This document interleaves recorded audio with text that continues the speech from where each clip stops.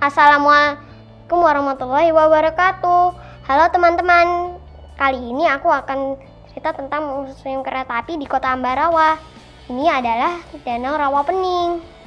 Untuk masuk, teman-teman bisa melihat deretan lokomotif. Lokomotif hitam ini adalah lokomotif uap. Di museum ini ada 26 lokomotif uap dan 4 lokomotif diesel dari berbagai daerah. Ini juga ada penjelasan sejarah kereta api di Indonesia sejak dahulu hingga sekarang. Ini adalah bangunan stasiun Ambarawa zaman dahulu. Bagus ya? Kalau ke Ambarawa jangan lupa mampir ke sini.